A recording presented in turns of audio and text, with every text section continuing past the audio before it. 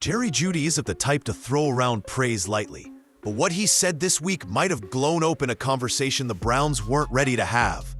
During a calm post-practice interview, the all-pro wide receiver gave a glowing breakdown of rookie quarterback Shedeur Sanders. Not just a "he's got potential" kind of comment, but surgical praise. He talked about Sanders' reads, his touch, his accuracy, like a man who wasn't just impressed, but maybe ready to catch passes from him under the lights. And here's the thing, Judy didn't have to say any of it. No reporter pressed him, no headline bait, just a subtle, confident signal. And now, fans can't stop asking, is Shedeur Sanders quietly pushing for the starting job in Cleveland? It sounds wild at first, until you notice who's backing him, and how much they're saying without actually saying it. At first, Judy's comments about Shedeur sounded like standard teammate support. But when you really pay attention, it's clear. This wasn't some casual nod. Judy broke everything down like he was describing a seasoned vet. He didn't just say Sanders played well. He highlighted his ability to march down the field, stay in rhythm, and make decisions under pressure. He pointed out Shedeur's accuracy, his patience, and even his ability to move through full progressions, all things veteran quarterbacks still struggle to master. Most guys slap cliched praise on a teammate and move on, but Judy, he went deeper. He mentioned how catchable the ball is, how effortless Shedeur makes it look. That's not surface-level hype.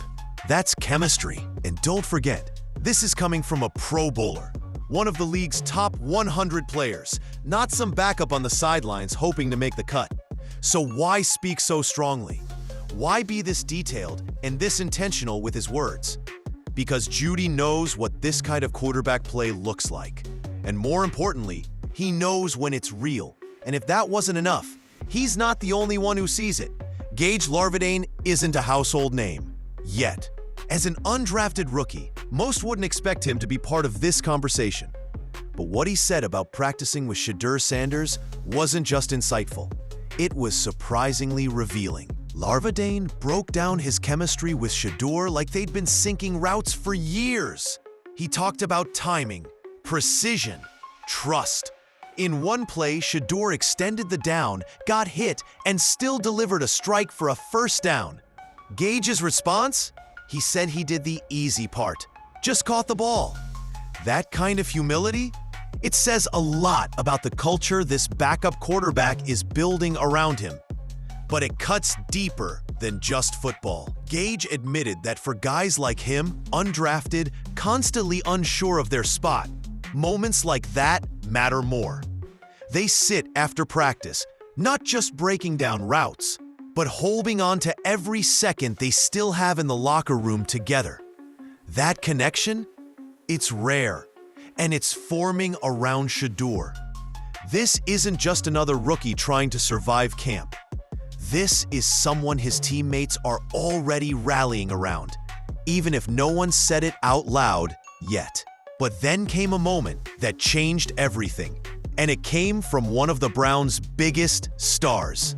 When a player like Myles Garrett speaks, people don't just listen, they take notes. He's one of the most feared defenders in the league, a locker room leader, a voice you don't ignore. So when Garrett was caught casually talking with Shedeur Sanders, breaking down technique, reading movement, and even joking about chasing him down, it felt like more than just a vet offering rookie advice. It looked like mentorship. But it wasn't what Garrett said that stood out most. It was how he said it. In one moment, he laughed and said, "We don't need you, bro. We don't need you hurt." Simple, right? But behind the words was a message. We're gonna need you. Not someday. Not if Watson goes down. That clip felt like a subtle confirmation that the team sees Shedeur as someone with a real future, maybe sooner than expected. And coming from a franchise cornerstone like Garrett, that hits different. It's one thing when rookies hype each other up. It's another when your all-pro defensive captain is telling the rookie quarterback to be ready. Because deep down, everyone knows something's shifting in Cleveland. And this QB room might be turning into an unexpected battlefield. Shedeur Sanders isn't just impressing with flashy throws. He's doing the things that really make defenses nervous. His preseason tape didn't show a quarterback just trying to survive. It showed a quarterback who thinks like a vet. From pocket presence to composure against pressure, Shedeur looked like someone who's been in this league longer than a few weeks. But what truly turned heads? The progressions.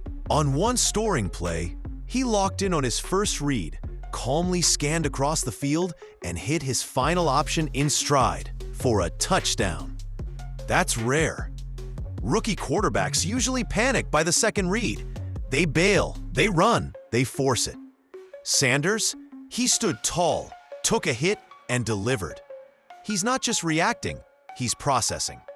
And when Gage Larvadain said, he did the hard part, I just caught the ball, that wasn't just teammate praise, that was recognition. Shedeur's ball placement, timing, and decision-making have already started to earn trust, and not just from his peers, but from coaches watching this unfold day after day at camp. Fans are already comparing his throw style to Joe Burrow's smooth touch passes. And if that kind of arm is real, Cleveland might have a problem, or a surprise. Because the deeper he goes into the playbook, the harder it's getting to keep him off the field. Nobody's saying it publicly, but people are starting to wonder, is Cleveland quietly facing a quarterback controversy? Officially, there's no competition. Deshaun Watson is the guy, period. But on the practice field, in meeting rooms, and especially in those post-game breakdowns, one name keeps surfacing. And every time someone talks about Shedeur Sanders, the praise gets a little louder. It's been reported that there's a four-way quarterback room battle behind the scenes. But here's the catch. Sanders isn't even supposed to be in that conversation. He was brought in to learn, to develop quietly. But now, his reads are sharper, his throws are cleaner, and the players, the people in that locker room, are responding to him like someone they trust under center. Meanwhile, fans are noticing a pattern. Judy constantly praises his accuracy. Gage Larvadain details his chemistry. Myles Garrett throws hints like, "We're gonna need you." It's subtle, strategic, and building momentum fast. No one's coming out and saying, there's a QB battle now, but that's exactly the problem. Quarterback battles don't usually start out loud, they sneak in. And this one, it might be unfolding right in front of us. Jerry Jeudy's comments may sound casual to the average fan, but to anyone who's been around the league, they speak volumes. Praise from one teammate, that's normal. Praise after a solid preseason outing, still within bounds. But repetition, intentional language, multiple interviews, all circling back to Shedeur Sanders' accuracy, vision, and long-term potential, that's not just support. That's strategic messaging. Judy knows exactly what he's doing. As a top-tier player, his words carry weight in the media, and even more weight inside the building. Whether he meant to or not, he's creating pressure. On the quarterback room, on the coaching staff, on the front office. Because the more someone like Judy publicly co-signs Shedeur, the more fans start asking questions. The more insiders start whispering. And the more expectation builds around giving this kid a real shot. It sends a subtle message. We've seen what Shedeur can do. What are you waiting for? No one's trashing Watson. No one's starting a fire. But Judy's words are fanning the flames, and the coaches know it. Locker rooms don't push change with drama. They do it with consistency, energy, silence that's louder than yelling. And right now, Shedeur Sanders seems to be the center of it all. If this story feels like deja vu, it's because we've seen it before. A quarterback everyone overlooks. Starts out buried on the depth chart. Quiet preseason. Teammates start dropping hints. Fans start noticing the touch, the poise, the leadership. And then, out of nowhere, he takes over. Sounds familiar? That's exactly how guys like Dak Prescott, Brock Purdy, and even Tom Brady started. They weren't expected to be stars. They weren't first-round saviors. They were just the backup, the camp body.